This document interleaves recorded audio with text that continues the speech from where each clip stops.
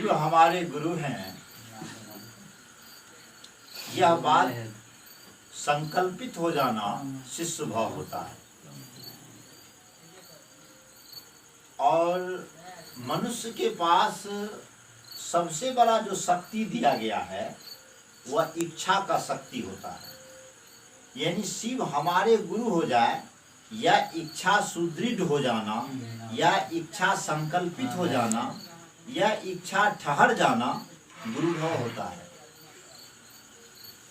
यह संसार का जो निर्माण हुआ है, और आप शिवलिंग को देखेंगे तो ये संसार और शिवलिंग दोनों बराबर है। यानी शिवलिंग के ऊपर वाला जो भाग होता है वह आकाश है, और नीचे जो पीठिका है वह क्षिति तत्व है, यानी धरती है।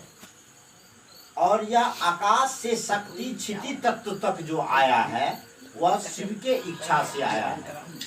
और कहा जाता है जो इस क्षिति तत्व में जो ताकत है, करोड़ों बिजली की जो ताकत होती है, करोड़ों बिजली की जो कड़क होती है, जिसको कि हम लोग वज्रपात कहते हैं, ठेठी के लफ्ज में जिसको हम की ठनका बोलते हैं, वह आप देखेंगे जो वृक्ष पर गिरता है, पत्थर पर गिरता है तो पत्थर में सुरंग हो जाती है, वृक्ष टूट जाते हैं। लेकिन यह क्षिति तत्व, वह शक्ति क्षिति तत्व तक जब आती है तो क्षिति तत्व में वहां पर पृथ्वी पर आपको यह देखने को नहीं मिलेगा जो कि वज्रपात के कारण पृथ्वी में कहीं सुरंग हो गया है।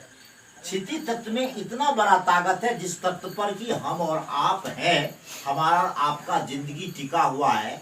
इसीलिए साधना का सबसे बड़ा केंद्र, तपस्या का सबसे बड़ा केंद्र क्षिति तत्व को माना गया है। और इस क्षिति तत्व को छोड़ करके दूसरे तत्व में, ब्रह्मांड में कहीं भी इतना तपोबल नहीं मिलता है। तपोबल आप नहीं कर सकते हैं, तपस्या आप नहीं कर सकते हैं, जिसके कारण कि वशिष्ठ मुनि धरती पर आए, विश्वामित्र धरती पर आए तपस्या करने के लिए। विश्वामित्र अगर चाहते जो कि मुझको मनुष्य योनि में नहीं आना है तो विश्वामित्र नहीं आते। अगर विश्वामित्र नहीं आते, वशिष्ठ मुनि अगर नहीं चाहते तो नहीं आते। अब आप विचार करें, जरा गौर करें, जो भगवान राम आए, और भगवान राम यहाँ पर धरातल पर क्यों आए? भगवान धरातल पर आए कर्म करने के लिए, इस मानव योनि को संदेश देने के लिए, इस मानव योनि को सतर्क करने के लिए। राजा दशरथ के कोख का से पैदा हुआ था, राजा दशरथ के संतान थे भगवान श्री राम। लेकिन राजा दशरथ श्रवण को जो बाण मारा था, उसका कलंक, उसका श्राप उसके ऊपर था। और भगवान राम विष्णु अवतार साक्षात राजा दशरथ के कोख से उत्पन्न हुआ। लेकिन राजा दशरथ को जो भोग भोगना था, राजा दशरथ को जो वह कुकर्म का फल भोगना था, भगवान श्री राम कुछ नहीं कर पाए। यहाँ पर एक संदेश मिलती है मानव जाति को, जो कि धर्म का संबंध व्यक्ति से होता है, धर्म का संबंध ना तो परिवार से होता है, धर्म का संबंध ना तो जाति संबंध ना तो समूह से होता है, धर्म का संबंध किसी खास स्थान से नहीं होता है। बाप जैसा करता है उसका प्रतिफल बाप को भोगना पड़ता है, पुत्र जैसा कर्म करता है उसका प्रतिफल पुत्र को भोगना पड़ता है। भगवान राम ने यहाँ पर आकर के यह संदेश दिए। भगवान कृष्ण का आप संदेश देकर देखें तो आपको पता चलेगा, भगवान कृष्ण के मामा थे कंस। कंस अन्यायी थे, इतना बड़ा अन्यायी था जो कि अपना पिता उग्रसेन को कैद खाने में बंद कर दिया था और प्रजा पर अत्याचार करते थे। लेकिन भगवान कृष्ण कंस का भांजा था और अपने मामा का वध किया, और मनुष्य जाति को यह संदेश देकर के गए भगवान कृष्ण ने, जो अन्यायी के साथ कोई संबंध नहीं होता है, अन्यायी के साथ कोई संबंध नहीं होता है।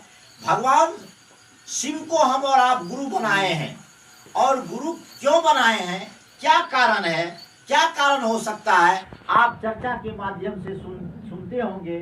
जो व्यक्ति, मैं तो ये नहीं कहता हूँ, किसी के बुद्धि पर मैं प्रश्न नहीं लगा रहा हूँ, किसी के मस्तिष्क पर मैं प्रश्न नहीं लगा रहा हूँ, लेकिन देखते हैं लोग मनगढ़ंत कहानी कहता है, इसी परिचर्चा में भी अमुक व्यक्ति दरिद्र था, अमुक व्यक्ति के पास कुछ नहीं था, अमुक व्यक्ति जब से शिव को गुरु बनाया उसके पास धन हो गया, उसके पास दौलत हो गया। ये सब सुनने में हमको तो खास करके अच्छा नहीं लगता है, क्योंकि यह जिंदगी धन से नहीं चलता है, यह जिंदगी दौलत से नहीं चलता है, बल्कि धन दौलत आपके पेट को भर सकता है, आपकी तृष्णा को कम कर सकता है, आपकी तृष्णा को समाप्त नहीं कर सकता है, लेकिन ज्ञान जो है दोनों चीज करता है, लोगों का पेट को भी भरता है और हमारी जिंदगी को खूबसूरत भी बनाता है।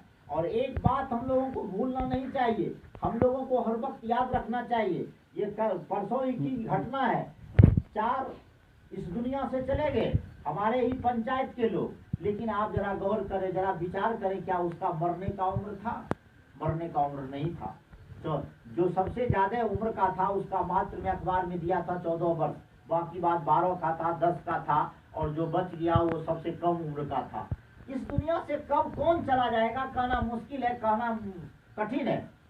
जिंदगी हमारी कितनी लंबी होगी यह कहना मुश्किल है, जिंदगी कितना छोटा है कि या बड़ा है या परमात्मा के हाथ में है, लेकिन जब तक हमारी जिंदगी है, इस जिंदगी को खूबसूरत बनाना ये हमारे हाथों में है। इसीलिए हम लोग शिव को गुरु बनाए, अपने जिंदगी को खूबसूरत बनाने के लिए, अपनी जिंदगी को सही रास्ते पर लाने के लिए। जितना दिन ही बचे हमारा जिंदगी का एक सार्थक अर्थ निकले, हमारे जिंदगी का एक अर्थ निकले, ऐसा नहीं हो जो हमारा जिंदगी निरर्थक में चला जाए। इसीलिए धन दौलत के पीछे मनुष्य को नहीं जाना चाहिए, मनुष्य को संस्कार के पीछे जाना चाहिए, मनुष्य को अपने खूबसूरत जिंदगी के पीछे जाना चाहिए। और दूसरी बात, अगर शिव आपके गुरु होंगे, इतना जरूर गारंटी है, जो कि जब आप शिव को अपना गुरु बनाएंगे और जब आप 3 विधा से जुड़ेंगे, तो एक बात जरूर होगी, जो आपके द्वारा किसी का अनित नहीं होगा। सबसे बड़ा भाग्यशाली वो मनुष्य होता है जिस मनुष्य के हाथों से किसी का अनित नहीं होता है, जो मनुष्य किसी के विषय में अनित सोचता भी नहीं है। यह खासियत होता है शिव शिष्य में, बल्कि वह वास्तव में शिव शिष्य होगा तब। अगर शिव शिष्य होकर के अगर वह समाज के कल्याण के विषय में नहीं सोचता है, व्यक्ति के कल्याण के विषय में नहीं सोचता है, तो वह शिव शिष्य नहीं है। क्योंकि शिव का अर्थ होता है कल्याण, और गुरु का अंश, गुरु का स्वभाव शिष्य के अंदर जाता है। अगर आपके अंदर शिव का स्वभाव नहीं आ रहा है तो आप शिव का शिष्य नहीं है, क्योंकि शिव के शिष्य जो होंगे वो दयालु किस्म के होंगे। हाँ, शिव का शिष्य में एक खासियत और भी होगा, शिव का शिष्य क्रोधी भी होगा। ये मैं नहीं कहता हूँ, ये साहब श्री हरिद्रानंद जी का शिष्यानुवृत्ति कहता है, शिव शिष्य क्रोधी भी होता है। लेकिन आप देखेंगे क्रोध का भी परिभाषा अलग अलग होता है। क्या अलग अलग होता है? भरी सभा में द्रौपदी का झोटा पकड़ करके दुशासन ने सभा में लाया, लेकिन भीष्म पितामह चाहता तो 100 पांडव कौरवों का संहार कर सकता था, और अगर वह मना कर देता तो उस कुल का इतना बड़ा अपमान नहीं होता, नारी के साथ इतना बड़ा अपमान नहीं होता। और समय पर भीष्म पितामह ने क्रोध नहीं किया, जिसका परिणाम क्या निकला? जो तीर के सैया पर प्राण गया, तीर के सैया पर प्राण गया, और कितने कष्ट सहने के बावजूद भीष्म पितामह का प्राण निकला। लेकिन एक तरफ सीता का जब हरण हो रहा था तो जटायु ने नारी का रक्षा के लिए अपने प्राण न्योछावर कर दिए, और रावण से लड़ते लड़ते वो शहीद हो गए, दुनिया से चले गए। लेकिन प्राण नहीं निकला, प्राण यमराज को भी शक्ति नहीं था जो जटायु के प्राण को ले सके, जबकि वह मरने की स्थिति में था। जटायु ने यमराज से कहा, जब तक मैं यह संवाद प्रभु श्री राम को नहीं कह दूंगा जो कि सीता का हरण रावण ने किया है, और इतना अगर मैं कह देता हूं तो श्री राम भगवान प्रभु इसका कोई उपाय सोचेंगे और सीता को उस रावण, अत्याचारी रावण के हाथों से मुक्त करवाएगा। इसीलिए वहां तक यमराज नहीं फटका और जटायु जिंदा रहा। और जब भगवान श्री राम जब आए सीता को खोजते खोजते, तो जटायु ने सारा हाल कहा, और सारा हाल कहने के बाद देखा उसका पंख कटा हुआ है, उसका छत बिछत है, काफी घायल है, और प्रभु श्री राम की गोद में जटायु का प्राण निकला। एक वही क्रोध, जटायु ने समय पर क्रोध का प्रयोग किया, उसके जिंदगी सार्थक हो गया। और भीष्म पितामह समय पर क्रोध नहीं किया, उसका जिंदगी नरक बन गया। इसीलिए शिव शिष्य क्रोधी भी होता है, बल्कि क्रोधी किस बात का, जब किसी के साथ अन्याय हो, जब किसी के साथ अत्याचार हो, जब किसी के साथ अनाचार हो, तो उस समय शिव शिष्य उसका रक्षा करना उसका दायित्व बनता है, उसका कर्तव्य बनता है। और उसके लिए क्रोध भी अपनाना पड़े तो शिव शिष्य आराम से अपना सकता है। हाँ, किसी को सताने के लिए, किसी को गलत रास्ते पर ले जाने के लिए आप क्रोध नहीं कर सकते हैं। इसीलिए शिव शिष्य बन जाना हमारे जिंदगी के अनेकों फाटक को खोलता है, अनेकों शुभ संकेत देता है। क्योंकि जिस व्यक्ति का शिव गुरु होगा, वह व्यक्ति का रास्ता कभी गलत नहीं हो सकता है, वह व्यक्ति का सोच कभी गलत नहीं हो सकता है। क्योंकि धर्मशास्त्र में दिया गया है, मनुष्य 3 तरीके के पापों से घिरा हुआ है। 3 तरीकों से। धर्म की व्याख्या बड़ा सूक्ष्म होता है, अध्यात्म की व्याख्या बड़ी सूक्ष्म होती है। तो 3 तरीके के पाप से हम लोग घिरे हुए हैं। मनसा वाचा कर्मणा। अगर मन में भी कोई पाप उत्पन्न होता है तो उसमें भी मैं पाप का भागी बनता हूँ। अगर वचन में कोई गलत बात निकलता है उसमें भी पाप का भागी बनता हूँ। और कर्मणा, अगर कर्म मेरा गलत है तो पाप का भागी बनूंगा ही। इसीलिए अपने जिंदगी को खूबसूरत बनाने के लिए, अपने सही रास्ते पर, अपने जिंदगी को सही रास्ते पर लाने के लिए शिव को गुरु बनाना अनिवार्य है। लेकिन शिव को मात्र गुरु बनाने से आप सुधर नहीं सकते हैं, आपके अंदर खासियत नहीं आ सकती है। इसके लिए आपको तीनों विधाओं में चलना होगा। और शिव शिष्यता का परिभाषा क्या है, शिव शिष्यता का मकसद क्या है, शिव शिष्यता का उद्देश्य क्या है, इस बात को आपको और हमको पकड़ना होगा। क्योंकि आप अब देखेंगे, मैं कहना तो नहीं चाहता हूँ, तो अभी जो है शिव शिष्य भटकाव की स्थिति में है। साहब हरिंद्रानंद जी का जो कथनानुसार है,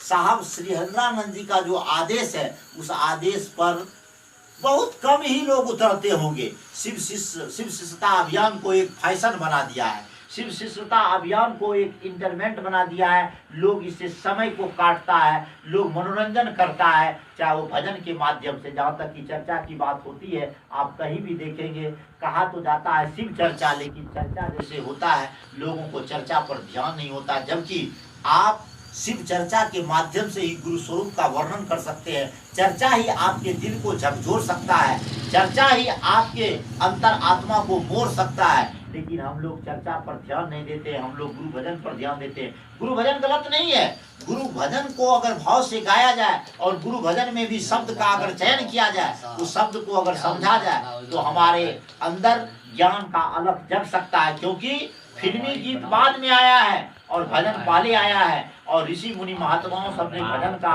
निर्माण किया, जिसके कारण होता था क्या, परमात्मा के तरफ मुड़ने पर, परमात्मा की तरफ मुड़ने पर वह भजन जो था वह मदद करता। लेकिन हम लोग भजन में अभी राग को अपनाते हैं, अनुराग को नहीं अपनाते हैं, और राग से कुछ नहीं होता।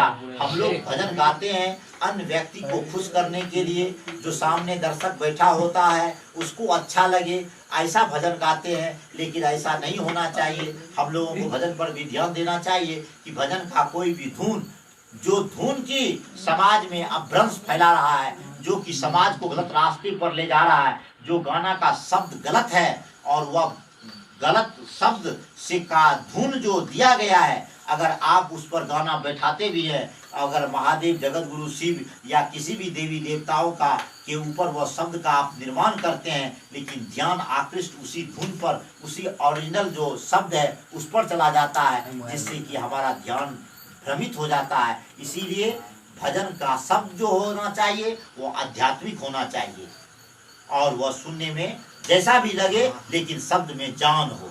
इसीलिए इतना ही कहकर मैं अपनी चर्चा को जगत गुरु शिव मैया